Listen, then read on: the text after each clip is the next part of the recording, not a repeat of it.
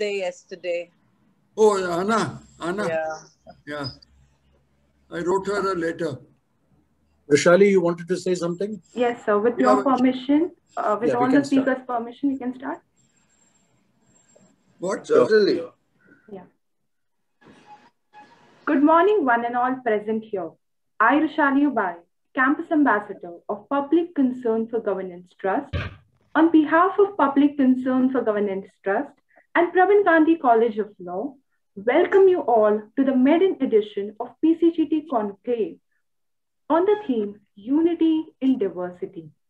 Public Concern for Governance Trust is a registered trust founded by Mr. Julio Ribeiro, Dr. R.K. Anand, and late Shri Deshmukh to increase public participation and activism towards creating a more transparent and efficient governance system. PCGT worked towards good governance, containing corruption, and upholding and inculcating values and enhancing the feeling of sadbhavna in the citizens. In furtherance to this vision, PCGT started the Youth for Governance program in 2012, the Campus Ambassador program in 2019, and the Lead Campus Ambassador program in 2020. The Kuchor program is centered at instilling moral values in school children. PCGT has also done tremendous work to sensitize the citizens regarding the Right to Information Act through various seminars and workshops. Shri Vile Parle Kelvani Mandal is a public charitable trust registered under the Societies Act 1860 and the Bombay Public Trust Act 1950. SVKM has always been committed to the cause of providing high-quality education at various levels. SVKM's Pravin Gandhi College of Law is situated in Vile Parle, Mumbai. The Pravin Gandhi College of Law was established in the year 2004 and is affiliated to the University of Mumbai. PGCL aims at giving students exposure to experiential learning in various fields of law, and in this regard, we have conducted various workshops and seminars. PCGT Conclave 2021. Unity in diversity has been a hallmark feature of Indian society and culture since ages. However, with rising instances of communal hatred, it is essential for the youth to understand, evaluate, and implement this feature in their day-to-day life. We at PCGT strive to promote sadbhavna in the citizens and ethical values amongst the youth. In furtherance to this vision, PCGT's lead campus ambassadors have organized the maiden edition of PCGT Conclave, which is hosting attendees from various age groups through a variety of events like Oxford debate, paper presentation, and dialogues, etc., on various aspects of unity in diversity, ranging from the lessons from the past to its relevance in the current times. It's my honor and privilege to introduce to you the Chairman of Public Concern for Governance Trust, Mr. V.P. Raja. So, after obtaining 2 postgraduate degrees in physics from Delhi University and Columbia University, respectively, joined the Indian Administrative Service in 1974. While in service, he completed a MA in Rural Development Planning from the University of East Anglia. He further obtained an MPhil degree in Social Science from the Indian Institute of Public Administration, New Delhi. As an IS officer of Maharashtra cadre, he has worked in various assignments at district, state, and center. In recognition of his outstanding contribution to its administrative reforms while working as a collector of Satara and as a transport commissioner Maharashtra, Mr. Raja was awarded the Distinguished Government Administration Award. With the Government of India, he worked at the Ministry of Human Resource Development, the Planning Commission, the Ministry of Defense, and the Department of Atomic Energy. He retired as a principal advisor to the Department of Atomic Energy in September 2008. Thereafter, he was a chairman of Maharashtra Electricity Regulatory Commission for a period of 5 years till he attained the age of 65. Concurrently, he was also the chairman of the Expert Appraisal Committee of Ministry of Environment and Forests of the Government of India for appraising of new projects for coal mining and thermal power projects from the point of view of their environmental impacts. Sir continues to be actively involved in various issues of the energy sector. He has a passion for teaching, coaching, and mentoring young students. He is a visiting faculty both at Jamnalal Bajaj Institute of Management Study, University of Mumbai, and at the BSc Institute, teaching courses centered on statistics, business research, and quantitative methods and economics. May I now request the Chairman of PCGT, Mr. V.P. Raja, sir, to please address us. Over to you, sir. Thank you very much, Vrishali, for your very kind words of introduction. Our fellow trustees of PCGT, our lead campus ambassadors, interns, students from the Pravin Gandhi College of Law, and other students, and various other guests. I noticed from my Zoom that already 121 people have joined and more are joining in. We are very happy to begin 2 days of excitement. I must share how all this started. In fact, a lot of learning, we have been going through what can be called as collective learning in the PCGT over the last few years. I may not be able to narrate it in the same order, right? This extremely bright boy, Mr. Ishan Chitnis, who is now one of the lead campus ambassadors, some years ago had got very much excited with this MUN, Model United Nations. And it became a passion with him. And he started replicating that at various colleges. Then there was this other young gentleman, Mr. Shivam, who was our intern, who had been highly influenced by PCGT, by Mr. Ribeiro in particular, and by Mr. Rangarao. And then was always interested in whatever was happening in colleges with students. So along with Ishan, Shivam conceived of, he joined us and he conceived of a national youth parliament. If for propagating Model United Nations, which is a UN program, which is being funded also, so that everybody gets to know what are international relations, how to prevent wars in the future, etc. This very simple idea came. Shouldn't our college students and school students know about how parliament functions? And that's how a national youth parliament concept developed. All that we did as trustees was, when these suggestions came, to encourage them. Otherwise, everything was done by them. So we had the first National Youth Parliament in Mumbai at the Apte College in Dadar. It went off very well. It was a physical conference. Having been very successful with that, obviously, we decided that we must go ahead with the second edition. So after the learnings of the first edition, the second edition was planned. But in the midst of all that planning, the pandemic came. So that did lead to a month of hesitation. Now, what do we do? We won't be able to meet. Then a conscious decision was taken. We'll do it online.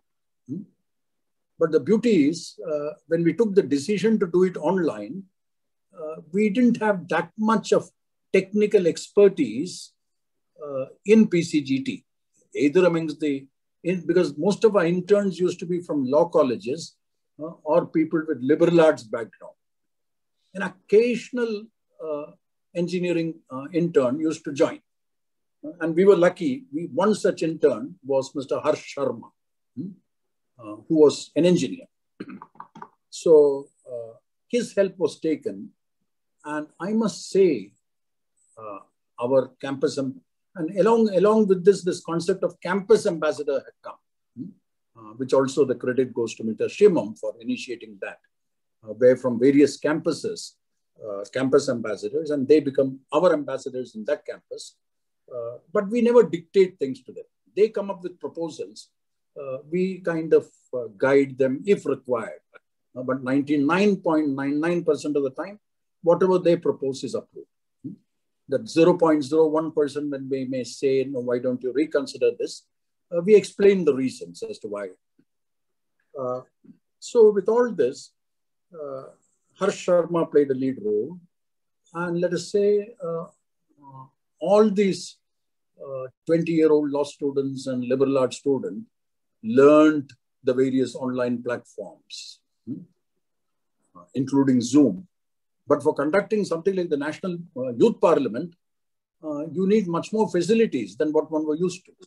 You needed breakout rooms, you know. So there was a huge amount of learning involved. Learning, individually, collectively, trying it out in every way. And the NYP, the second edition also went. In the first edition, we had Justice Shri Krishna as the chief guest. In the second edition, we had Madan Lokur as the chief guest. And that moved. All this, the effort was the teamwork of the campus ambassadors. So excited with this, a campus ambassador we take for 1 year, because they're all students moving on. When we started looking for new campus ambassadors, some of the campus ambassadors who had already worked with us also applied. They wanted to continue with us. So we decided a good idea. But along with that, this idea came, particularly I have this, thing which I keep on telling in my organization, the difference between what I call as 1 year experience and 20-year experience. For some people, 20-year experience is 1 year experience repeated 20 times. While for others, a 20-year experience is a real 20-year experience because you keep on learning every year. So we said that let the lead campus ambassadors think of doing something slightly different from what they did during the first year as campus ambassador. And then this concept of a conclave emerged from that. So right from the time of conceptualizing the conclave, what it should consist of, everything came from the team of lead campus ambassadors. We kind of gave a little suggestion here and there, but everything was always based on a presentation coming from them. So it is that I'm aware of this very hard work done over the last 6-7 months. It is the fruition of that which we'll be watching today and tomorrow. It's also important. Actually, we all know that every generation of human beings have a historical role to play. I remember as a young officer, I was transferred from Alibag to Satara, and one Mr. K.K. Uppal was the revenue secretary. He rang me up and said, Mr. Raja, before proceeding to Satara, drop in Mumbai and come and meet me because I like to discuss certain things with you. So I went and met Mr. Uppal, and I still clearly remember a word of his, a sentence of his. He said, Mr. Raja, the difference between you and me is only a calendar difference. I was born earlier. Now I'm the revenue secretary. You're born later, 20, 25 years later. And I still remember that, that sentence, literally putting me at ease. saying that there's only a calendar difference between us. And that, what Mr. Uppal said comes to my mind now, because every generation, we are born, we enter the world, we enter society, but there is already something written in that. We don't face an empty slate. We don't face a tabula rasa. A lot of things is already written on it. We need to understand what is written on it and then decide our historical role during our lifetime.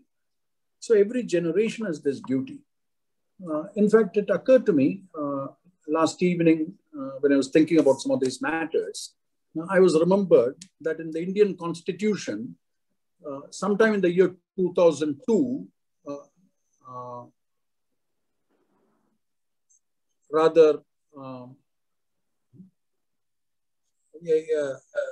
it was decided after discussion that there are so much cases going on in fundamental rights. Shouldn't citizens also know that they have some duties as a citizen? And a new chapter in the Constitution was introduced, Part 4A, called Fundamental Duties. So I picked up the book of the Constitution last night and said that let me see what is in fundamental duty. I won't read all of it. It's a large list. But one of it is, it shall be the duty of every citizen of India to promote harmony and the spirit of common brotherhood amongst all the people of India, transcending religious, linguistic, regional, sectional diversities, to renounce practices derogatory to the dignity of women. This is one of the things. So it occurred to me that the two-day conclave which we are having actually is an affirmation of something which is written down in the Constitution as a fundamental duty of every citizen of India. And relearning it is always important. As Amartya Sen often says, he calls all of us as argumentative Indians. It's good to argue. It is good to make up one's mind after listening to every kind of strand of an argument.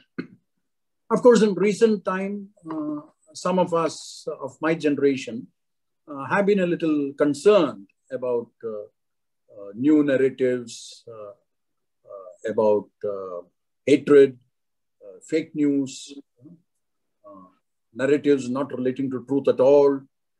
But another positive way of looking at it is it regenerates interest in understanding. Somebody may be doing it as propaganda, but the propaganda can have a very enlightening impact in terms of ab initio or prima facie questioning of everything. So right now, I will say that the present generation of people in colleges are singularly lucky because they're living through exciting times. They can question what is happening. They can form their own opinions. They get to understand the great diversity. I'm sure with their own kind of debates within, they will come to conclusions. So I see a lot of sense. Now, very briefly, and this also was completely prepared by the lead campus ambassadors with a team of campus ambassadors as part of them, as to what all this two-day conclave should consist of. And they decided that it will have research papers and long article competitions. And one of the campus ambassadors, Shri, took charge of that. And we have received a large number of both research papers and long articles, which will be evaluated by judges and adjudicators who are doing the job. Similarly, they decided that why don't we have something on the lines which has been very popular in the Oxford Students' Union for many, many years, and which has become world famous in terms of the Oxford Union debates.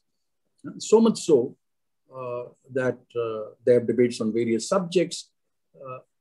And in recent 4-5 years, many students in India had been very much excited with Mr. Shashi Tharoor's 9-minute participation in a debate, I think it was in 2016, if I recall, which said that this house believes that Britain owes reparations to its erstwhile colonies. And that 9-minute Shashi Tharoor was one of the debating participants, besides many others, but it became so viral that he was persuaded not merely by Indians, but a lot of people abroad from UK also, why don't you expand what you said and make a book? And he did. So with all that, this idea also came, and Ishan Chitnis decided that let's conduct debates. So as part of this 2-day, there are 32 teams from various colleges, every team consisting of 2 people. So 32 to 2, 64 students will be participating in debates. Various eliminations will be done, and the finals will be held at the closing ceremony time. And about 17 topics were identified for this, of course, so that people prepare on all those topics. But what topic they have to debate will be done by lot by the judge who is conducting that just 15 minutes before the debate. So in effect, they get only 15 minutes to prepare. So that's a very important part of this 2-day program. And then we also decided, rather they decided, the lead campus ambassadors, that we must have some dialogues and panel discussions. So the panel discussion, which we are going to have immediately now on communal harmony with Mr. Ribeiro, Mr. Gulam, and Mr. Satish Sahney participating, is part of that. Later in the evening today, we are having a talk by Jawahar Sarkar, the former Secretary Culture of the Government of India. And tomorrow morning, we have Mr. Aspi Chinoy talking to us. So these are all part of dialogues and panel discussions. And Mr. Ayush Ramesh, one of the lead campus ambassadors, took charge of that. Shreya Yadav has handled the entire PR, outreach, social media promotion. And Shreya Yadav is also the president of the National Youth Parliament 2021, which event we'll be having on 10th and 11th of April. And then Harsh Sharma, who, as I said, bringing technology into all this, making all this happen. He has been in charge of all the designs. Over and above that, managing the budget or the finances pertaining to this has also been handled by Harsh Sharma. Each of them have been assisted by other campus ambassadors, and together, all of them together form an organizing committee. And they have been doing all the work. Very rarely they've really been bothering us. I can recall in the last 6 months, only 1 or 2 occasions, a little, asking for advice or giving options and asking, what do you feel about it? So the beautiful thing is, whatever we are going to see over the next 2 days is really the work of 20-year-olds. And that's why we, the trustees, as well as the older people here, we are going to undergo a fantastic reverse mentoring. We are going to learn a lot. So I'm looking forward to this. And I wish the 2-day conference all the very best. And we are really, really looking forward to it. Thank you very much. Thank you, sir, for your encouraging words. May I now request Shriya Papri, the campus ambassador, to to introduce the panelists for today's panel discussion on the topic Communal Harmony. Over to you, Shreya. Thank you. First, I would like to introduce Mr. Julio Ribeiro. Mr. J.F. Ribeiro graduated in Commerce and Law from Mumbai University. He joined the Indian Police Service in 1953 and rose to be the Commissioner of Police Mumbai from February 1982 to May 1985. Later, he served in quick succession as Director General, Central Reserve Police Force, Director General of Police, Gujarat, Special Secretary to the Government of India's Home Ministry, Director General of Police, Punjab, and finally, advisor to the Governor of Punjab. Besides other awards, he is the recipient of the Padma Bhushan in 1987. Post-retirement, he was appointed as ambassador to Romania, where he served for 4 years from 1989 to 1993. The then Prime Minister, Shri Atal Bihari Vajpayee, had asked him to be the governor of Jammu and Kashmir, but he declined because of his involvement in social work in his native city of Mumbai. He heads the Mohalla Ekta Committee, which seeks to bring about communal harmony between the diverse communities in the city of Mumbai. Next, I would like to introduce Mr. Gulam A. Vahanvaty, an IIM Calcutta graduate, served Tata Administrative Services, TAS, in 1970. Later, in 1974, he left TAS and joined the family business of scrap processing and shipbreaking. He is now a renowned businessman who holds franchises of 2 major Indian companies and a highly regarded arts and crafts gallery. He is a member of the Rotary Club of Mumbai Downtown.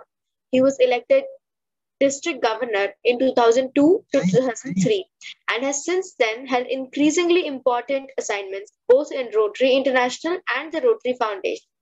He is also a member of the governing board of Mumbai First, a group of citizens committed to improve the quality of life in Mumbai. He is a member of Mohalla Committee Movement Trust, which is committed to foster communal harmony. Last but not least, I would like to introduce Mr. Satish Sahney. Sir graduated from university with an MA in history, joined the Indian Police Service in 1963 and was allotted to the Maharashtra cadre of the IPS. Mr. Sahney has served as Special IGP, CID Crime, Maharashtra State, and as Commissioner of Police in both Thane and Greater Mumbai. He is recipient of the President's Police Medal for Distinguished Service, the Indian Police Medal for Meritorious Service, and the Kathin Seva Medal. He retired from the Indian Police Service on December 31st, 1996, and has worked as Chief Executive at the Nehru Center since 1997.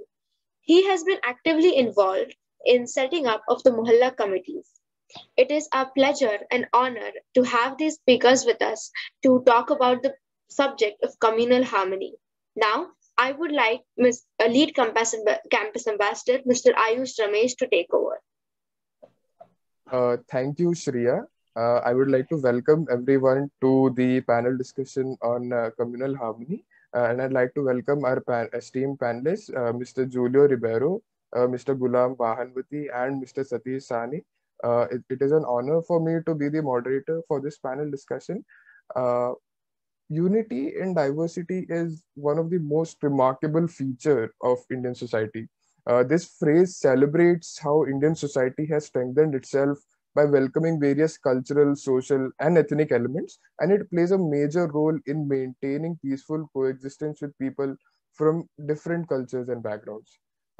Plurality and multiplicity characterizes the Indian society and culture, but against the backdrop of the recent disturbing events and the rise in communalism, it is the need of the hour to revisit this feature integral to the society. Now, with that, I would like to start with the questions to our esteemed panelists. I would be asking the questions, and our esteemed panelists could answer those in return. With the permission of our esteemed panelists, I would like to start. The first question, sir, is all of you have worked for communal harmony in various different capacities. Do you think the nature of communalism has changed over the years since all of you began working towards building harmonious relationship between communities. Mr. Ribeiro, could you please enlighten us regarding the same? You know, one of the things I noticed when the introductions were being made, that all three panelists are connected to the Mohalla Committee movement in Mumbai. Actually, Satish was the police commissioner when the Mohalla Committee movement was started. And there was a lady called Sushobha Badwe, who was very active. She was the actual, what would you call, the foot soldier. She is the one who sourced all these members of the Mohalla Committee and approached me since I had just come back from Romania to get involved. And once I had agreed, she and I went and met Mr. Satish Sahney, who was then the police commissioner. And we were very lucky that he was the commissioner at that time, because he immediately responded and took part in all our discussions to form the Mohalla Committee. You see, the Mohalla Committee is not only of Hindus and Muslims, they are the more important ones because unfortunately that is where the fights take place, but also the police. The police is a part of it's a tripartite, you would say, Hindus, Muslims and police. Because if the police are not on board, then all our efforts will fail. And it is because the police entered, and they entered because Satish was the police commissioner at that time. The people who helped us, both Hindus and Muslims in the slum areas, who joined our movement, they were very encouraged because they had access to the police station, since the police commissioner was himself involved. And then they had that satisfaction or that confidence that, look, the police will not ignore us when we go to them with our stories, that what is happening in the locality. You know, it's only people living in the locality who know what is happening. And this is something that police officers should understand, that without the cooperation of the public, they will not be able to keep order. They have to have the public on their side. And people who are not political, like our members of the Mohalla Committee, are not political people, but they have the good of everybody in their mind. And that is how we set up the Mohalla committees in all the slum areas where there were riots in 92, 93. All the ones that had the most riots, we started off from there. Mahim, for instance. And we had marathon sessions, first with the Muslim men, then with the Muslim women, because the men said, unless you can convince our women, we are not joining. You know, Mr. Sharad Pawar was then the chief minister, and he himself had tried to approach the Muslims, because he understood that if there are 15% of the population, that is what the Muslims are, if they are alienated, then how are the police going to police this metropolitan city? It is not possible. It is very difficult. You can't have an inimical section of 15% against the police and against the government. So, you know, the police always had very good relations with people living in the areas. And even whenever there was some major crime, they would get information. And these are the people who would give the information. This information dried up because of the alienation of the Muslim community. And as soon as we got into the act and got them together, we were able to restore that relations between the police and the people. People mainly from the slum areas, because incidentally, it is those people, the poorer people, who get involved in killing, as well as they are the ones who get killed.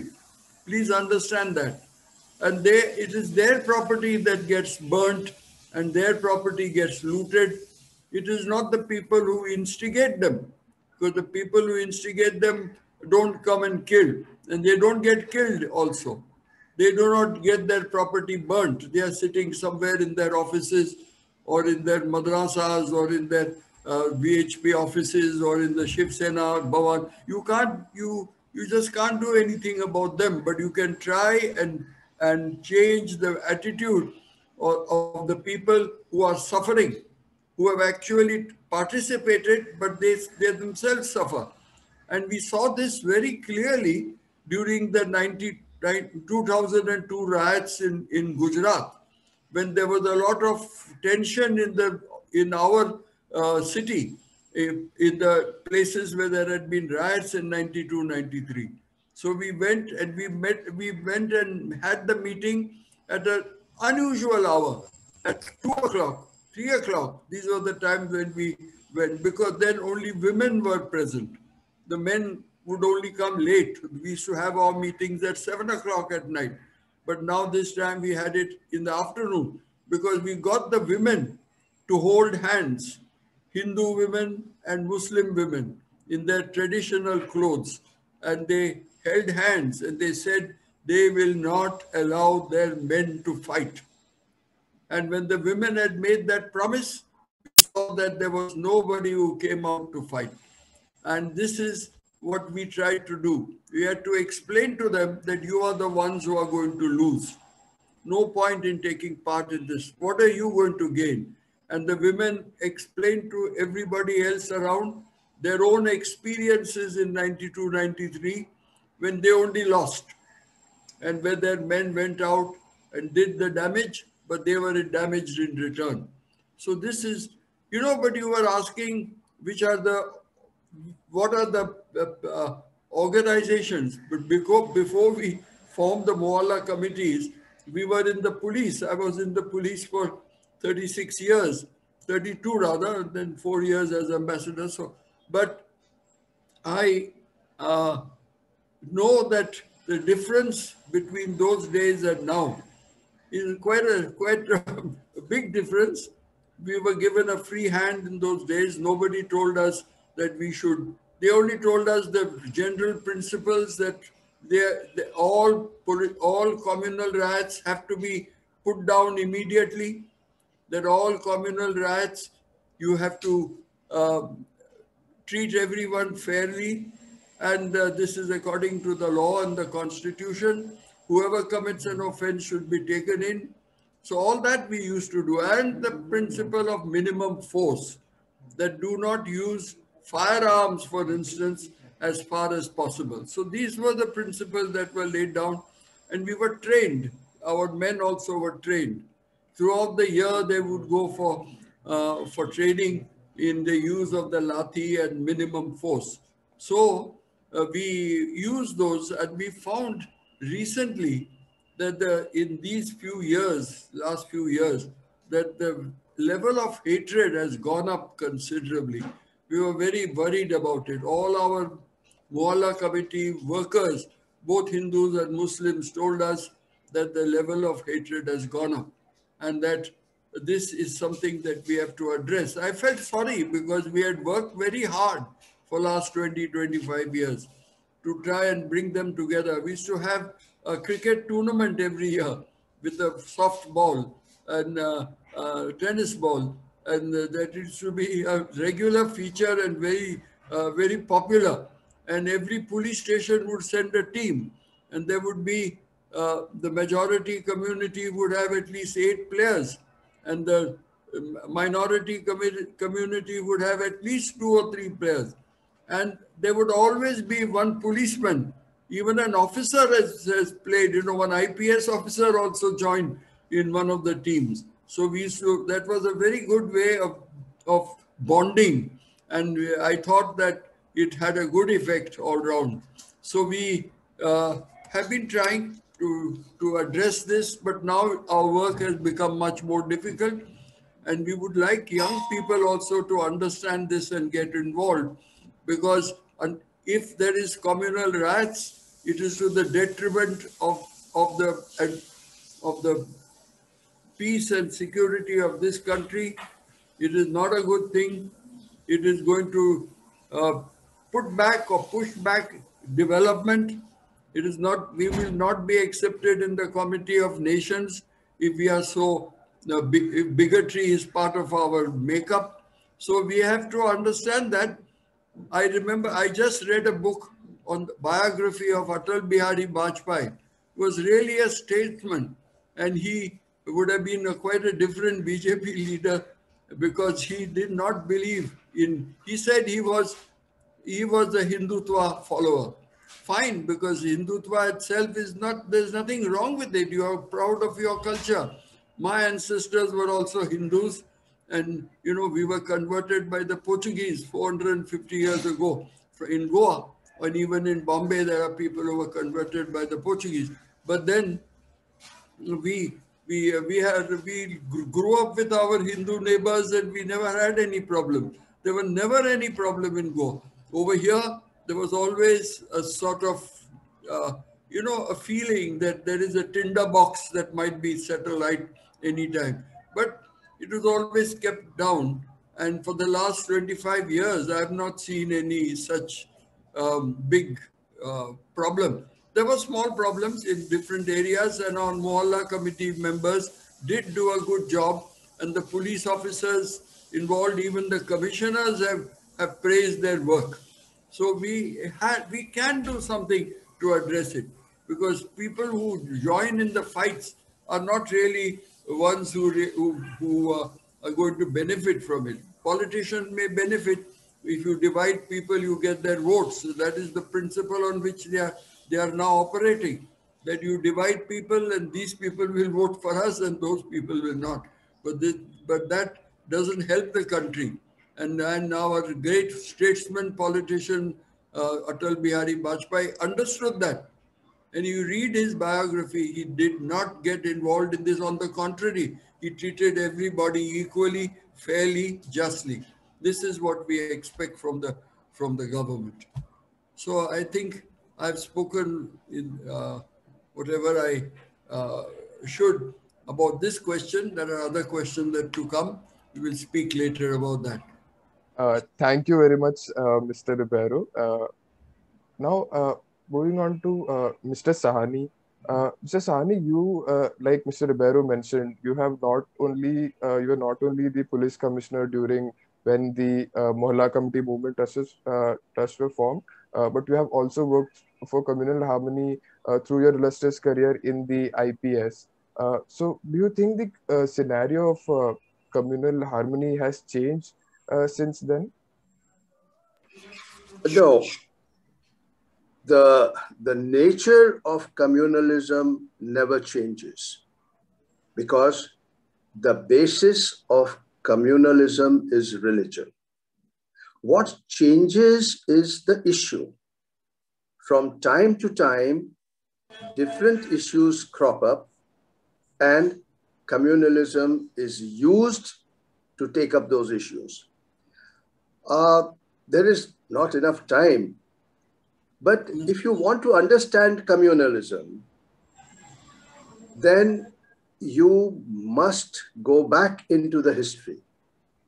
Probably the cutoff period would be 1857.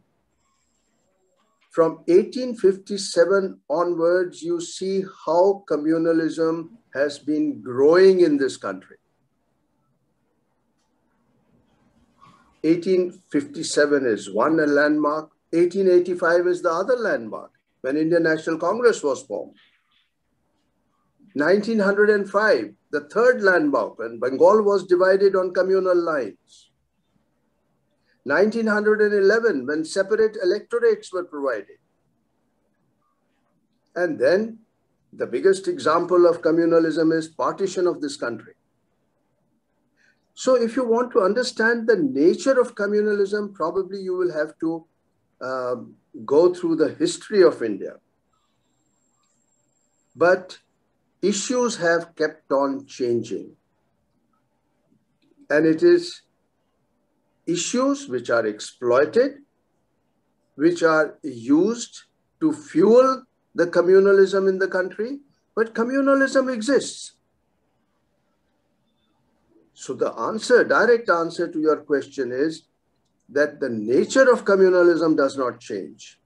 What changes is the issue, the vested interest, what suits a particular period. That is what changes. Thank you. Thank you, Mr. Sahney. Mr. Vahanvaty, would you please like to address us regarding the same, or as to if has the nature of communalism, like Mr. Sahney mentioned, could you please let us your views on the same? Ayush, thank you for this question, and the answer is, to me, yes, and I must also say it's unfortunately not for the better. That communalism, the nature of communalism has changed, and please allow me to elaborate. We have long known that humans have a pretty strong affiliation for tribal identity.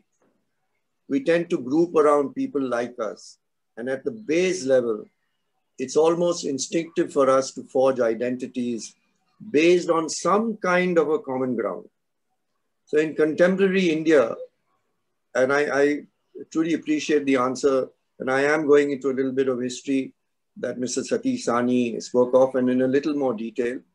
So in contemporary India, the question of communal identity goes back to events around India's partition. At that time, an underlying, it started here. And it was at that time that an underlying antagonistic relationship between the two main religions of the subcontinent, namely Hinduism and Islam, was hugely inflamed to create one of the greatest human tragedies of our country.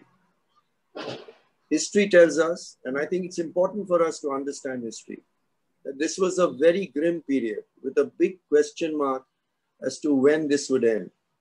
And during this terrible period, Gandhiji was assassinated in January 1948. In the opinion of experts, it was the assassination of Mahatma Gandhi that was the turning point in the communal flare-ups. After that, they slowed and soon ended, and the Constituent Assembly that drafted the Indian Constitution included very strong protections for the minorities. We adopted our Constitution in January. It was adopted in January 1950. And the trauma of the partition slowly getting behind us, people learned to live with each other, bound by a common social culture.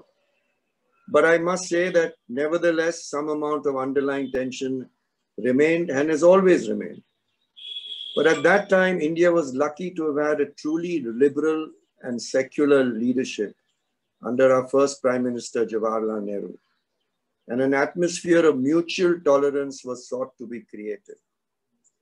As I mentioned, liberal democratic values were also enshrined in our Constitution to give a secular direction to the society at large, making religious tolerance a valued social norm.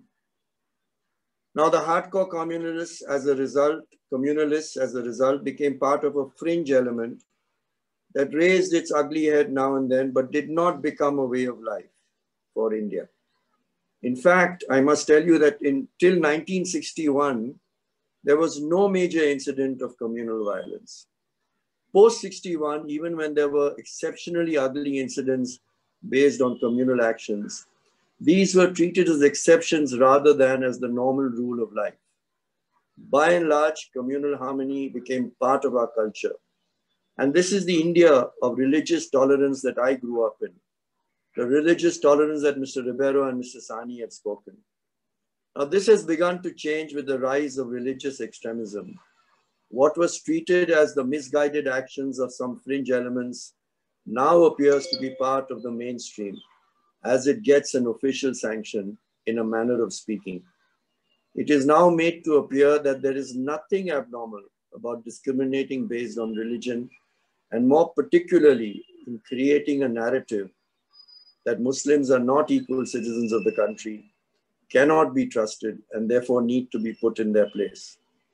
And I must tell you that this narrative has been helped dramatically by the rise of social media giants.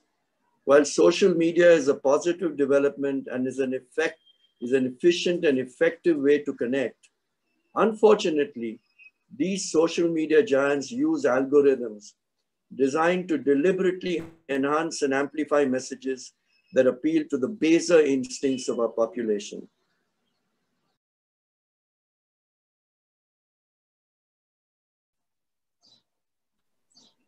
This is micro-targeted to people and groups whose personal details, preferences, choices, and even minor inclinations are captured to be fed into their algorithms. And given that lies spread faster than truth, we now have a supporting propaganda machine that reaches these lies to millions of people. Fake news is now unfortunately a fact of life. Incidents and inflammatory views that would in the recent past reach a small number of people, if at all, are now spread to huge numbers of people almost in real time. Riots have taken place caused by such lies, and importantly, there is no accountability. We see this all around us. Personally, friends and families are being ideologically divided. People that one grew up with, called them friends, are looking at each other through a new prism of religious bigotry. The result is depressing, and it is easy to be pessimistic. But I know that separate from tribal identity like religion or race, there is a human or a moral identity. And I sincerely hope that while this has taken, of course I know that it has taken a backseat at the moment, it is not dead. I sincerely hope that it is not dead, and it will arise to bring humanitarian, secular values back into our society.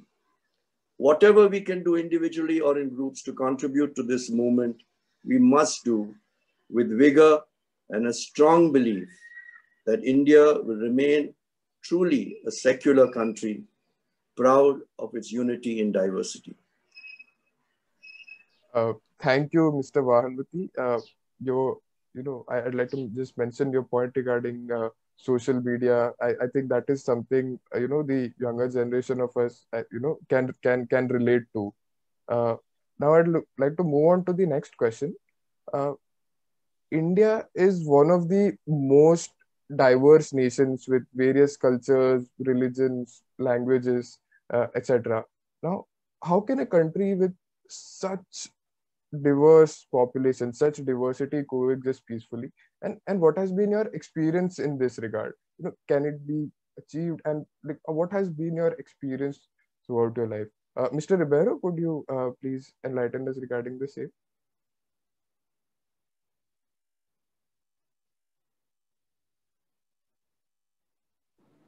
Sir, I think, sir, you're on. Yes, okay. Yes, sir. We can hear you now, sir. Can you hear me now? Yes, sir, we can hear you. You know, I have many friends in this city because I was born here. I studied here, and I then joined the Indian Police Service, went to Mount Abu. That was the first time I went to any place except Goa. Every year we used to go to Goa. That was the only other place I'd seen except Bombay till I was 23 years old when I joined the police, 24 years old. So these friends were my school and college friends, and they were absolutely secular in their outlook. That is what I always felt. But then many of them began talking in this manner. I was quite surprised that they could have suddenly overnight changed. But that means that the propaganda that is being bandied around is something that has caught on, and that is something we should be greatly worried about. I know my first trip abroad was in 1980 to Japan, because I went as a guest of the Japanese government for a 2-month course over there. And some of the other course mates and I, on a Sunday, those who were Christians, we went to church. And when we came out of the church and were walking on the road, I saw some Indians on the other side of the road, and I waved out to them. They waved out to me. And my friends asked me, "You know them?" I said, "No, I don't know them, but they are from my part of the country. That is all I know." And he said, you all wish people like that? I said, yes, we wish people like that. We are one.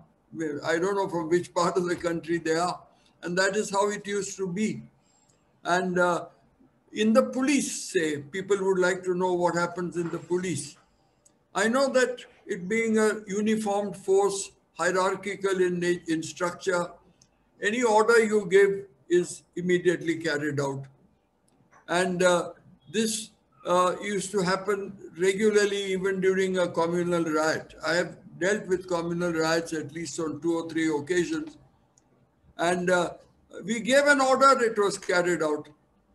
Now we can not really see, but feel that there is a reluctance sometimes on the part of officers, of men in particular, who would not like to target their own community.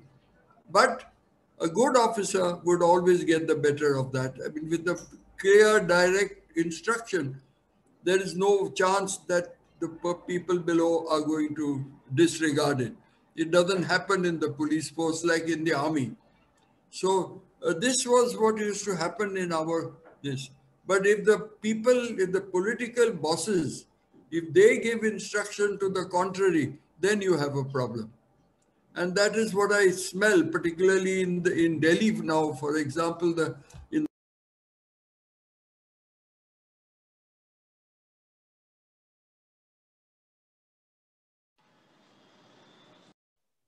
Sir, we can't hear you. Actually, I think you're on mute.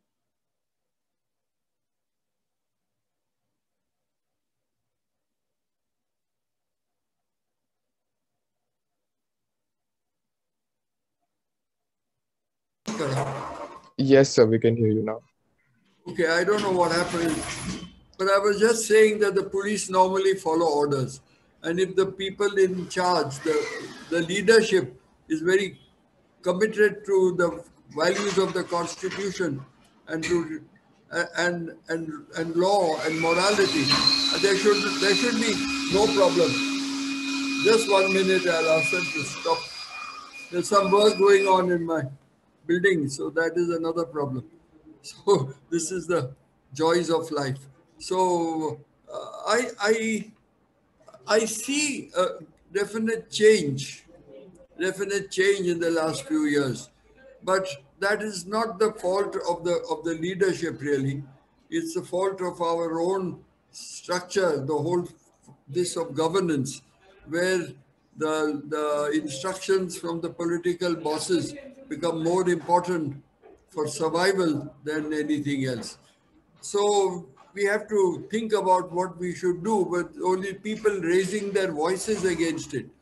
As I was mentioning that when I was reading Mr. Vajpayee's biography, he actually made it clear that I am a Hindutva follower because the culture of my ancient culture, I cannot discard. I am a Hindutva follower.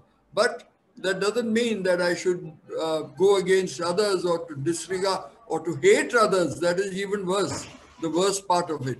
And that is something that comes through in which we young people should understand, the young people here. And what they can do to counter that is most important, because if you do not take the country together, you cannot advance. That much is certain. We know it in our bones. I was telling you that the chief minister in 92, 93, soon after the riots, he came and took over. Sharad Pawar himself tried to make advances to the Muslim community, and he was not very successful. We were very happy that when Satish and I and Sushobha Barve could manage to bring about some rapport. So it is not, it is something that people, politicians or statesmen understand. And they must understand that if they have a divided country, they cannot advance. They cannot just say, Sabke Saath, Sabke Vikas, and then go against that principle in normal times. That is not going to work. People are not going to be taken in. So this is what young people must understand. And as we often mention in PCGT, There are two big evils that this country faces, which the young people must understand and fight. Corruption and communalism. Communalism is which is worse, I can't tell, but both are very bad. Both are going to pull us down. Yeah. Thank you, Mr. Ribeiro. Mr. Sahney, if you could please address us regarding the same. Do you think, Yeah, India I have understood your question. Yes, sir. You see, the basis of harmony in a diverse country like ours is good administration, fair administration. Now, you have to go back to your constitution. I think it is one of the finest constitutions ever drafted. And Nani Palkhiwala used to say, ours is a noble constitution, but executed ignobly. That is the real issue. If we only learn to respect the provisions of the Constitution, take, for example, the chapter on fundamental rights, and as Mr. Raja pointed out, the chapter on fundamental duties. And if we are very sincere about it, there is no reason why we cannot live in harmony, no matter how diverse we are. But if we believe in the Constitution, the provisions of the Constitution, we demand our fundamental rights, but we are equally responsible to comply with our fundamental duties, which includes harmony amongst people. If we believe in the rule of law is also inherent part of our Constitution. Rule of law is based on the principle of freedom and justice. Mark these two words, freedom and justice. We have guaranteed fundamental rights. We have independence of judiciary. We have clearly demarcated role for the executive and the legislature. So theoretically, there should be no problem. And no matter how diverse we are, if we adhere to certain basic principles, how many of us think if somebody else's fundamental right is being violated, we will all get up together and say, no, it is that person's right and it must be preserved and defended?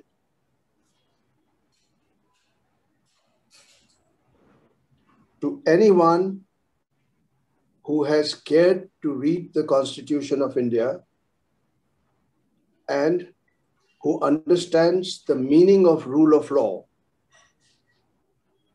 will be definite in his or her opinion that this country can be governed, and with communal harmony, it can be governed. Thank you. Thank you, sir. Mr. Vahanvaty, could you please share us your experience? Thank you, Ayush. Yes, I'm going to go a little more, in fact, elaborate a little bit on what Mr. Sahney said. You know, the preamble to the Constitution of India, and truly it's one of the finest documents that any citizen can read and be ready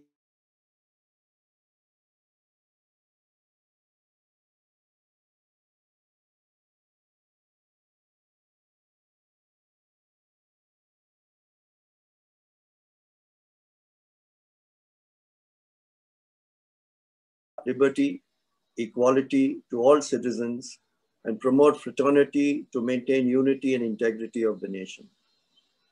Now, clearly, this objective has seen huge challenges, but over these 73 years, we have stayed united. The first challenge was that independence itself.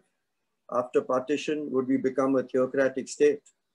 No, we chose to be a secular nation in spite of the terrible riots of partition that cost the lives of so many innocent people. I have earlier touched upon this period, but the communal riots were not the only issue facing the country, only divisive issue facing the country. Then came the formation of states. We decided to form linguistic states. This too was a challenge and threatened to tear us apart, but we have worked our own unique solution with the three-language formula. My point in stating all this is to emphasize that in spite of these challenges and many more, including the challenges of caste and economic inequalities, we have stayed united. And I've grown up, personally, I've grown up in a society that accepted this idea of India, of its unity in diversity. Right from school, college, IIM, or even my own area or mohalla, the diversity of religion, language, dress, none of this has made us question our primary Indian identity. Yes, it is true that the unity in diversity that I have always believed is our strength is currently facing severe challenges, but we cannot be deterred. My belief was and continues to be that the diversities of India constitute a major strength. It is simply that we do not really know how to leverage that strength to minimize the socio-political frictions that have become sharper. In one short sentence, we need to understand the other, irrespective of the labels of majority and minority. More crudely, let's understand Hindu and Muslim, Hindu and Christian, Hindu and Sikh, Hindu and Parsi, etc. I truly believe in the idea of India, that India be a peaceful, harmonious and joyful community of religions, each with its own identity, yet coexisting and promoting that which results in equitable prosperity for all.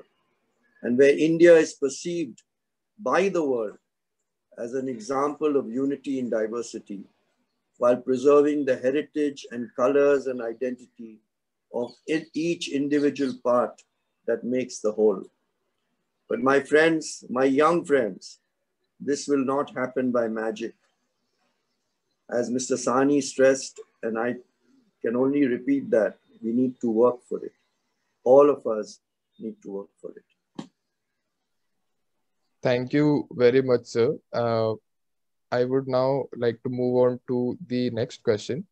In your experience of the riots in the past and in your experience of working in riot-stricken areas, what do you think it is that fuels such communalism and communal distrust? Mr. Ribeiro, could you please share your experience with us?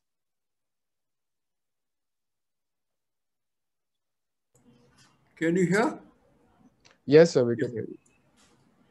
You know, religion has always been used for political purposes.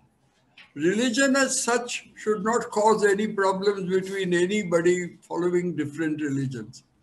After all, there was no religion when man first came into the world. Religions were made by men. And they are all religions are explanations for the unknown. People don't know how till now we really don't know how we came into existence and what will happen after we go. These are all theories that have been told by different religions, by the clerics of different religions. And people just believe, you know, perhaps it is good to believe because that gives you some kind of mental peace. But the fact remains that nothing is proved and that there is nothing like a one true religion. So the people can't fight over religion. All the teachings of different religions are, the main teachings are the same. Only the practices, you know, what they call, what is the word for it? The different practices in the religion may be different, but the core beliefs that you do not steal, you always tell the truth, that you do not kill anyone, that you do not hate anyone, you don't take away your neighbor's wife. All these things are noted in every religion. Which religion teaches you to be a bad person? Nobody does. And there are, in the French existentialists believe that there can be goodness without religion. That also is possible. But religion is always used for for political purposes. Has been used. History will tell you, Satish will tell you, he's a student of history. So now what religion is being used for today in contemporary India is to get votes, to divide people on the basis of religion and caste, so that the person who is dividing, the people who are dividing you are only wanting votes. Once they get the votes, they are not really interested in religion as such. They are just wanting to use it for the purpose of getting votes, and they get it in this manner. And that is the big problem that we are facing. We should not get carried away. We might give our votes according to what we feel is right, or what we feel is the person we should give to, or the ideology that we are trying to support. But certainly getting taken in by this propaganda is something that young people should avoid, and not get involved in this politics of hate. This is what I really believe, because I know this country was so pleasant. Society was pleasant. I worked in the police for so many years. My bosses, I had the first boss I had was a Maharashtrian Brahmin from Pune. He was staying in his bungalow with his wife and his 2 small children. And I was just a young officer sent for training. And he said, I would like you to get trained from the very beginning, so you come and stay with me. He asked me to come and stay with him. And the first time I went and stayed in a real Hindu house. I've been to our Hindu houses quite often. I mean, after all, most of your neighbors are Hindus, and they are good friends of mine. We never thought about the differences in religion, but now this is being hammered into your minds, which is a very, very, very dangerous proposition. And all for the sake of getting votes. There is no other reason for it. I don't think that it is religion that is the real problem. It's only the problem of getting votes. So I would tell my young friends here to be careful about that, think about it. And who can say that my religion is the only true one?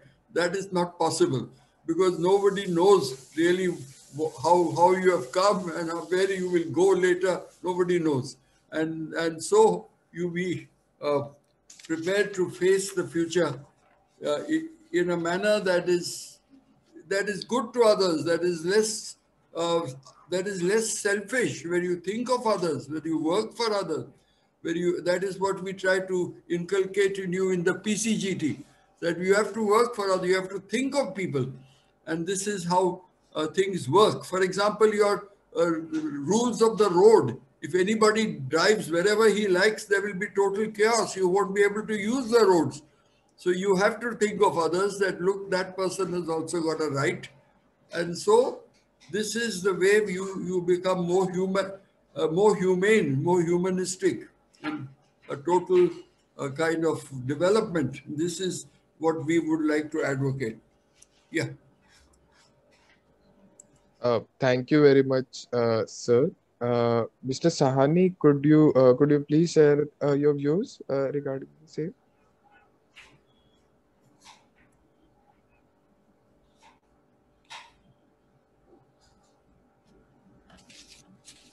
Sir, I'm so sorry to interrupt. I think you're on mute. We can't.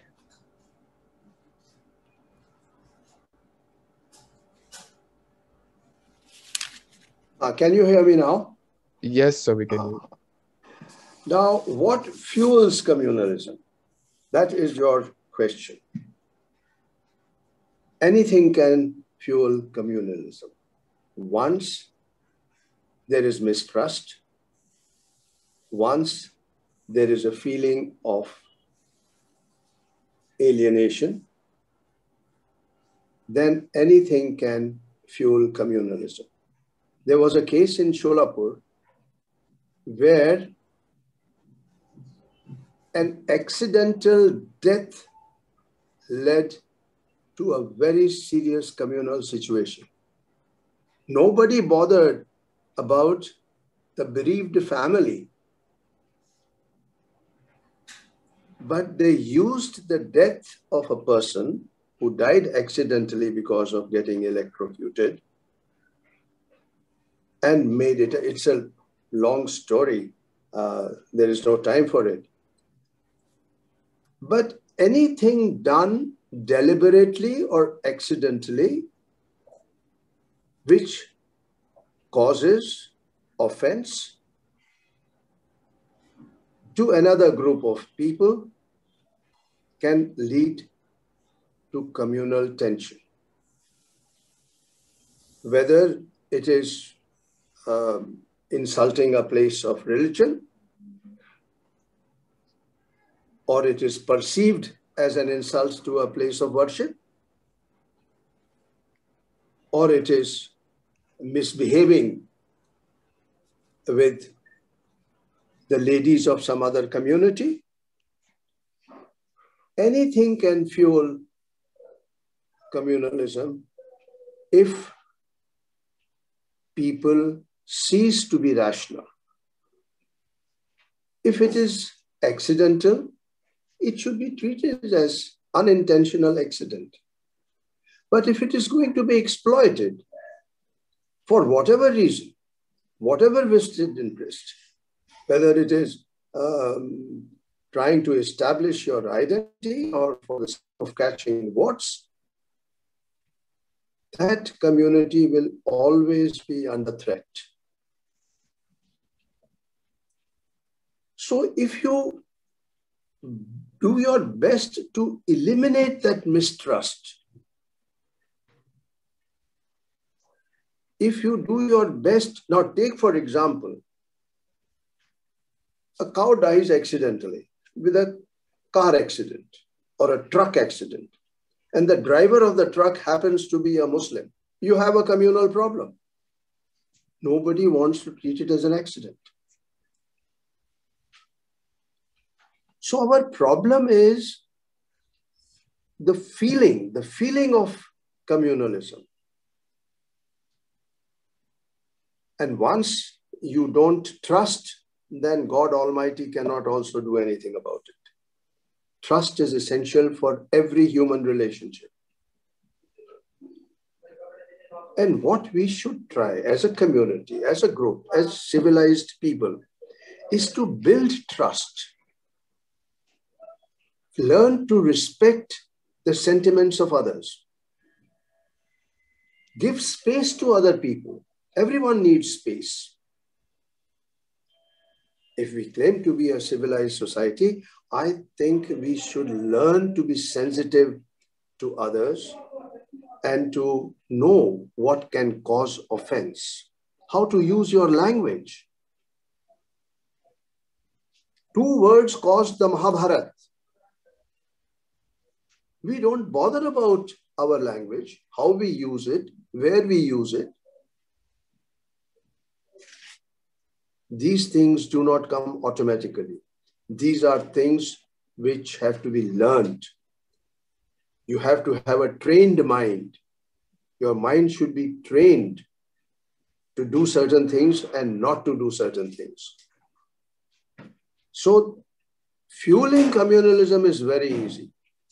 Once you have created mistrust, then anything can disturb the communal harmony. The duty, therefore, is to do our best to build the trust. Thank you. Thank you very much, sir.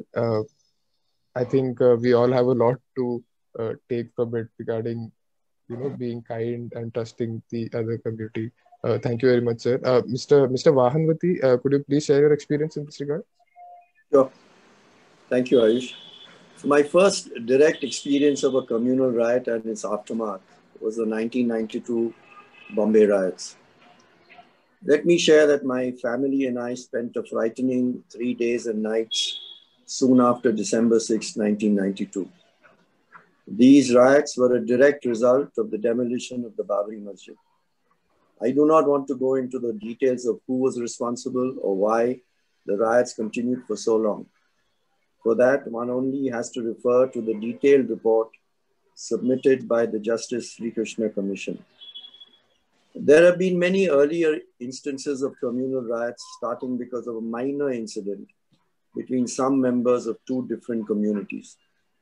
However, the Mumbai riots of 92 and 93 were different, as there was a clear cause and effect, which to my mind, and please allow me to go a little further back beyond above, before the communal riots of 92-93, the cause and effect began with the Shah Bahanu's Supreme Court judgment in 1985, which was then set aside by Parliament in 1986. That one act led to others.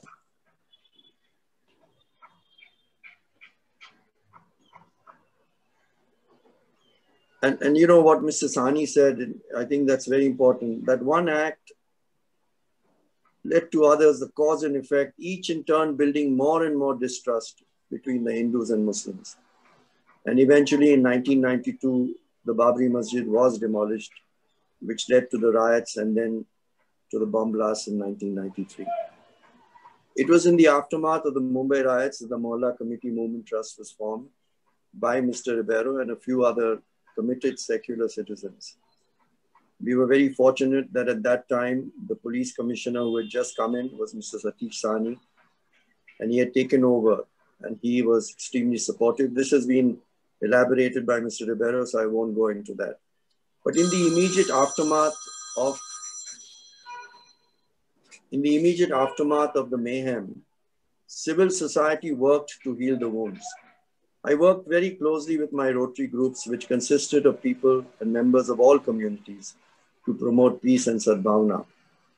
And Mumbaikars of all ages and religions undertook symbolic acts, such as on one specific day, and I remember this very clearly, and I know Mr. Ribeiro and Mr. Sahney also will remember this, that on one specific day, we formed a human chain, holding hands right across Mumbai from Flora Fountain to the distant suburbs. And then at 11 a.m., we all sang the national anthem. And during this period, a little later, there was a call to boycott Muslim shopkeepers and traders. But the citizens of Mumbai, especially members of the majority community, came out strongly against this move, and the boycott did not succeed.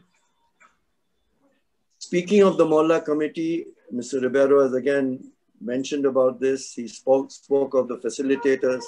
He spoke of the great work that these teams have been doing. I just want to share this book that has been brought out. It is on its 25th anniversary, and it speaks about the work that the Mohalla Committee has been doing over these years. And I urge each one of you, my friends, to get a copy of this book. Keep it, read it, because it shows you how trust is built between two communities. And with the local support of police, as Mr. Ribeiro also stressed, minor incidents have not been allowed to conflagrate into major incidents of violence. And I truly have been very fortunate to have worked with Mr. Ribeiro and Mr. Sahney on the Mohalla Committee. And this book will give you several incidents where their work did not lead to a riot. By and large, the city of Mumbai has been fortunate that we have not witnessed any major incident since the MCMT was formed. But I can tell you that the work is becoming more and more difficult, as is being reported by our Mohalla Committee facilitators and their team members, meaning that mistrust is increasing. The essence of what I'm saying is that if the two communities can work together, provided they're allowed to settle their differences without any political or other instigation. Regrettably, more and more, and Mr. Ribeiro has stressed this, one is seeing that minor incidents are allowed or instigated to grow into major conflagrations, causing further divisions and more mistrust among the communities. Thank you very much, sir. Moving on to the next question. So what are your views on the debate which is surrounding the recent religious anti-conversion laws which have been enacted by some states? Mr. Ribeiro, if you could please share your views regarding it. You see, conversion has always been a problem with the VHP and the RSS, they've always been bothered about conversion. I'm not surprised. And you must understand that point of view. You see, they have a feeling that, look, this was a land which was almost totally Hindu some 1,000 years ago, more than 1,000 years ago. And it used to welcome people from other race, other religions who came and settled here because they were being persecuted. For example, the Jews, after the diaspora, they came here, they settled on our west coast, they settled right up to Kerala, and they got integrated with the local communities. What we call the Bene Israeli community in Maharashtra, they spoke Marathi at home. They even had surnames like Medekar and Bedekar, and these are the surnames that they sported. They speak Marathi even in Israel at the moment, at that level, the elderly people. The younger people, of course, have started speaking Hebrew. But they had integrated because they were welcomed. But they didn't convert anyone. Jews don't convert. They think that they have been like the Parsis, like the Zoroastrians, that they are a race set apart. You have to be born into that race. But you had there were other communities, the Parsis. They came to Gujarat, landed in Sanjan, and then they also integrated. They started speaking Gujarati. They're mostly all their religious. It is done in their ancient language, but the what is that? The messages and things are all at home. They speak Gujarati. Let us end at that. So then came invasions from north of Muslim invasion, Muhammad of Ghazni and others who looted. You know that. And so there was a lot of history. Satish would know all that, and he knows it very well. But these are the things that remain in the mind of people. In Gujarat, it certainly remains in their mind. I know that they'll never forget it. But the fact remains that mass conversions do disturb the social fabric. The village, for instance, which has been based on the caste system, is totally put out of place when mass conversions take place. The poor Dalits and Adivasis who had a certain role, they refuse to carry out that role. So there are problems like that, which is basically relevant only to Hindu society, but has upset that whole society. So that is why they oppose conversion.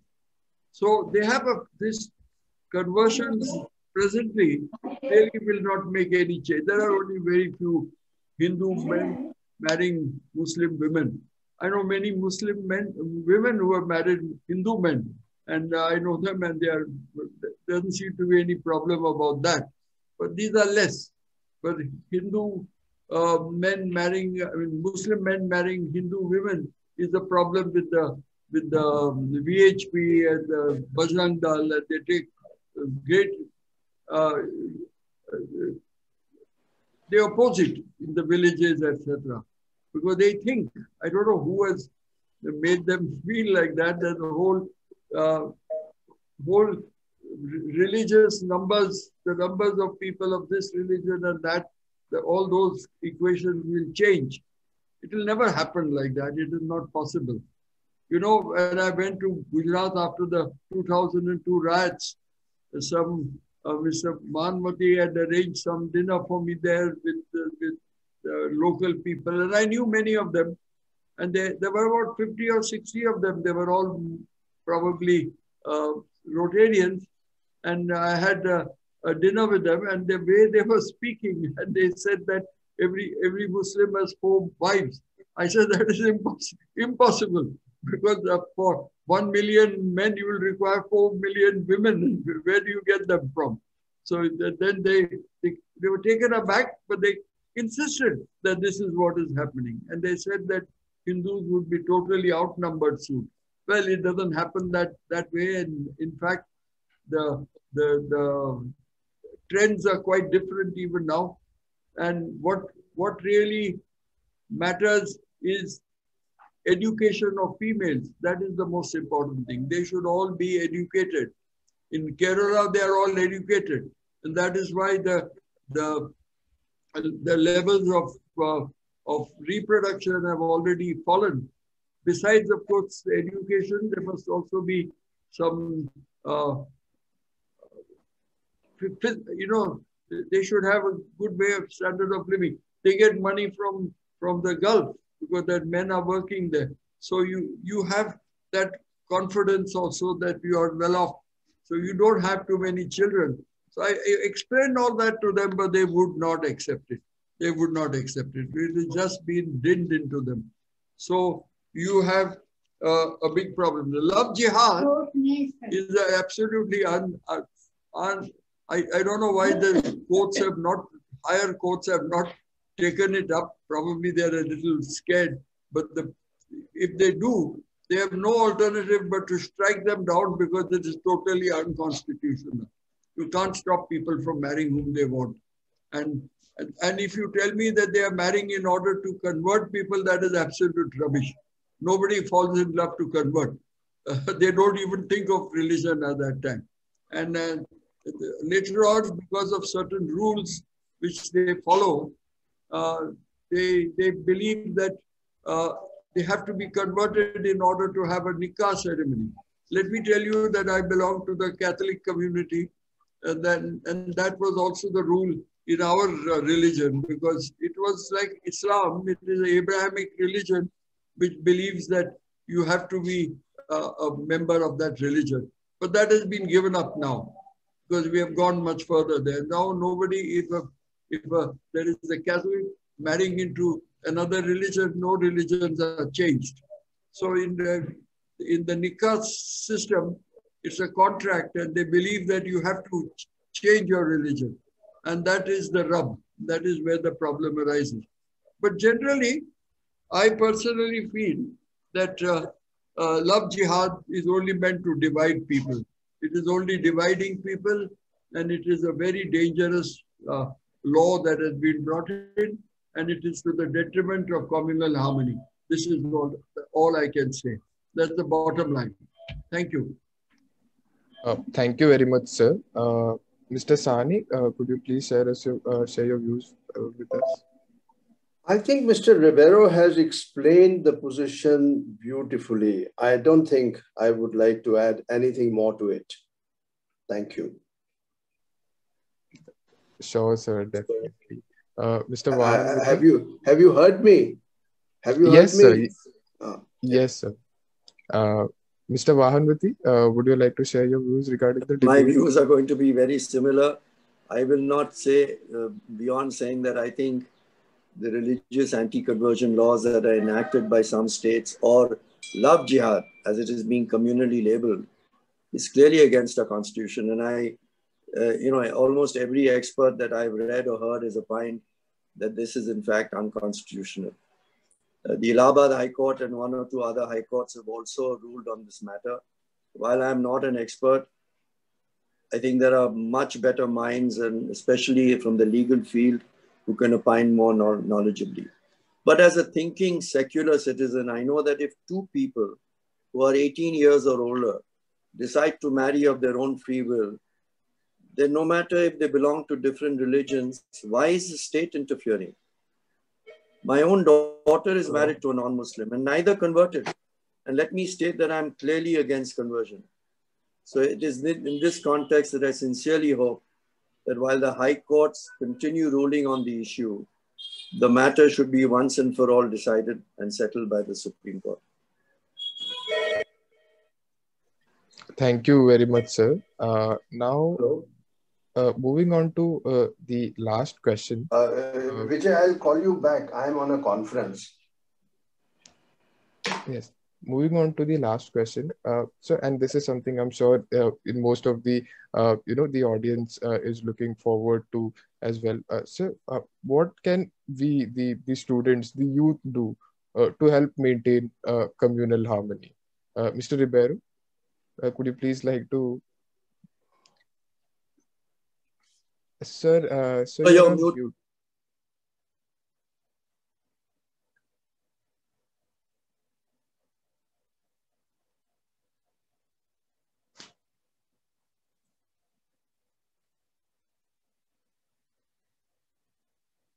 That we are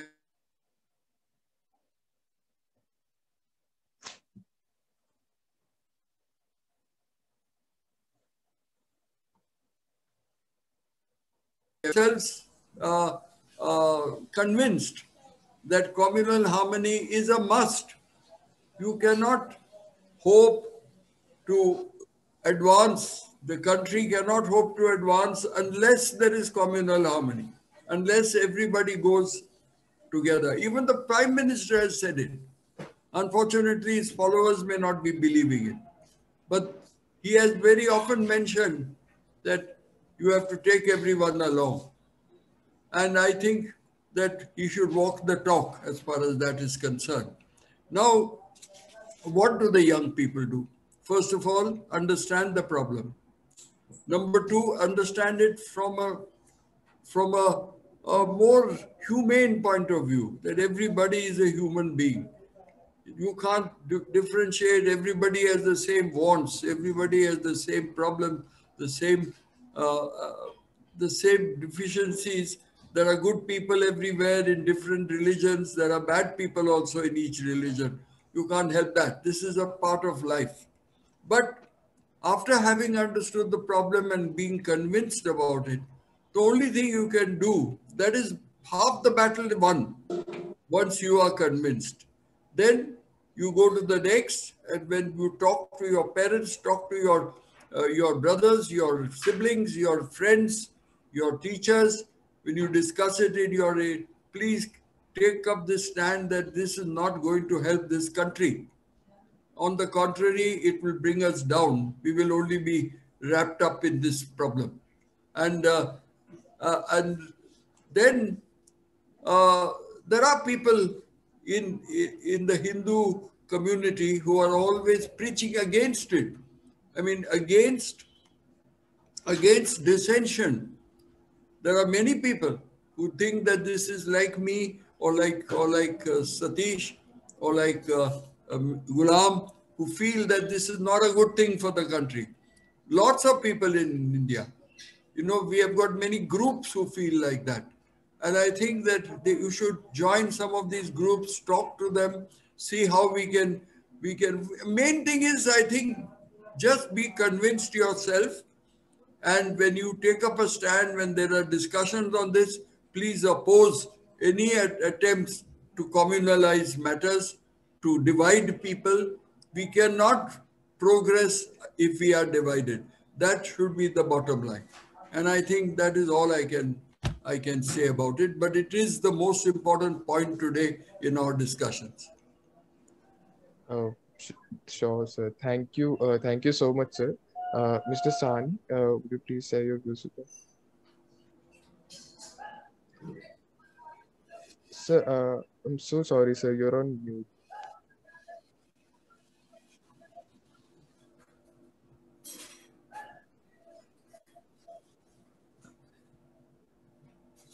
No, sir. You had unmuted. You muted yourself again. Yeah. Yes. Now can you hear me? Yes, sir. Okay. I have a couple of points on this subject. My first submission is that the youth of today and also of the future must develop a rational way of thinking. Reason must prevail. Secondly, the youth must have an impersonal loyalty to the Constitution. Now, let me explain what impersonal means. Loyalty is a very good trait. You are loyal to your friends, you are loyal to your family, you are loyal to your profession, you are loyal to your community. All that is very good. But if there is ever a conflict between your loyalty, personal loyalty to A, B, or C, and your loyalty to the Constitution, then your loyalty to the Constitution shall prevail. Your personal loyalties will be subordinate to your loyalty to the Constitution. And thirdly, I would like to draw the attention of the entire youth to a verse in the Gitanjali, Tagore's Gitanjali. I'm sure most of you have heard it and probably know it also, but it merits a repetition. It is the 35th verse in Gitanjali, which reads, "Where the mind is without fear and the health is held high, where knowledge is free, where the world has not been broken up into fragments by narrow domestic walls." Please mark the words, fragmented by narrow domestic walls, where words come out from the depth of truth, where tireless striving stretches its arms towards perfection, where the clear stream of reason has not lost its way. Mark these words. Where the clear stream of reason has not lost its way into the dreary desert sand of dead habit. Dead habit is something which kills us. Where the mind is led forward by thee into ever-widening thought and action. Into that heaven of freedom, my Father, let my country awake. This message which Tagore gave more than 100 years ago is as relevant today and would always be relevant in future. Especially for a country like ours. We must remember this. And that is the only message I can convey to the youth of India. Thank you so very much. Thank you very much, sir. Mr. Vahanvaty, your message to the youth. Into that heaven of freedom, let my country awake. Brilliant. I don't think there could have been a better exposition of what all of us are talking about today.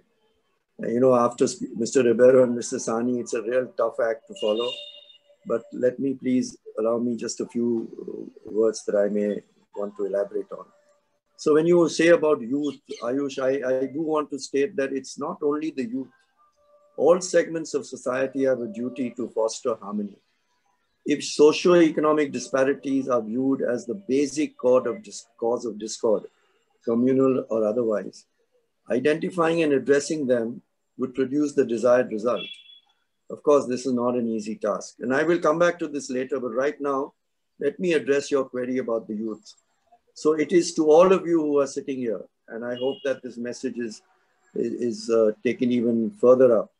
Our young citizens who are the future of our country. There are several ills plaguing our country, especially as Mr. Ribeiro said at the very beginning, corruption and communalism. And specifically restricting myself only to communalism because we're talking about it today. If our different communities are in constant conflict with each other, our country cannot progress. And I think this is repeated by every sane mind who says that if you just have to be in harmony. And it is therefore my fervent appeal to every single young Indian that apart from all the other ills, you must prioritize working for communal harmony.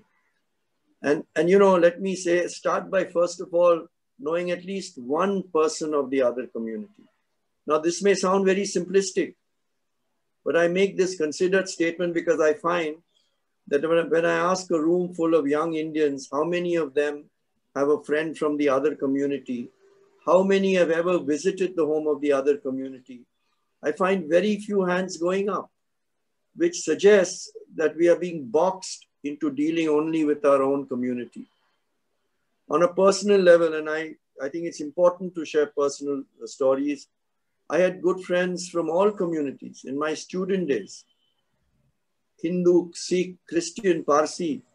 They have come to my house, eaten with my family, and on a few occasions spent a couple of nights at my home. And I in turn have been to theirs. So the first thing I truly request you, each one of you, is to befriend at least one member of the other community. You will find that in each one, there is a strong belief that in the oneness of our country, you will find that there is the belief in the oneness of our country, of the unity in diversity. The second thing, I think, as again, Mr. Sahney and Mr. Ribeiro both have said, is to understand the foundation of our constitution, that we have chosen to be a secular, socialist, democratic republic, and that we continue to be a secular country, not because the minorities want it, but because the majority of the Hindu population of this country is committed to India being a secular country. Now, while I know that this percentage is shrinking, it is my belief, it is my fervent belief that the majority still want India to continue to be a secular country. And it is you, my young friends, that I urge that you work to strengthen this harmony. And the third is to raise your voices and proclaim that you believe in our unity in diversity. Our country's future is in your hands, and it is you who will continue to ensure that India remains a secular democratic republic. Coming back to what all of us, and not just the youth, can do, is to stress the importance of education, even if informal.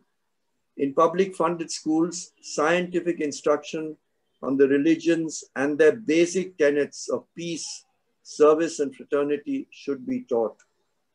Professional training in various modern technologies capable of generating gainful employment should be encouraged.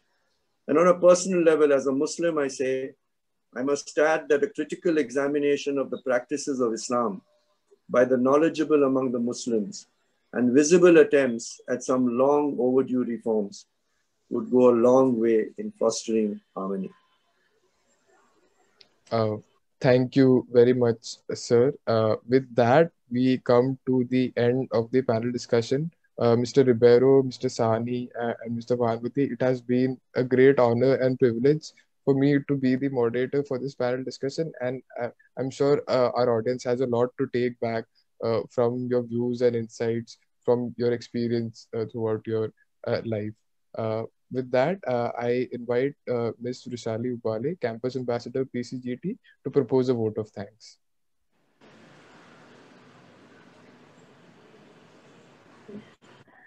I feel honored and privileged to get an opportunity to propose a vote of thanks on the occasion of this event.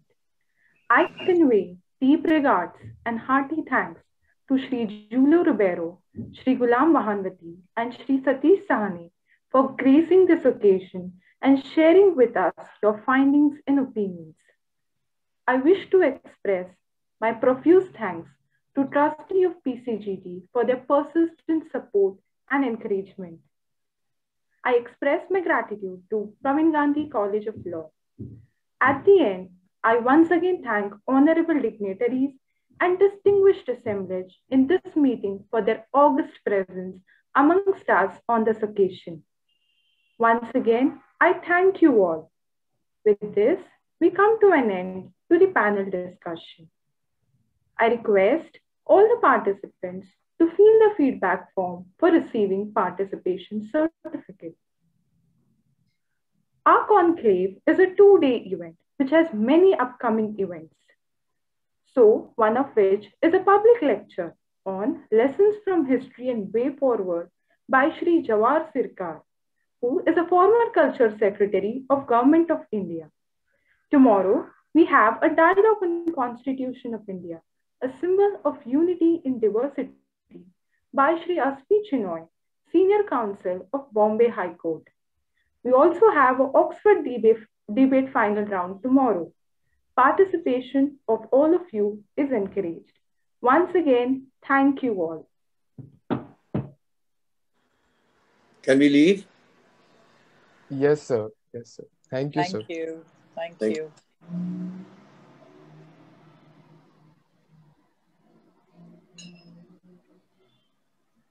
Bye, sir.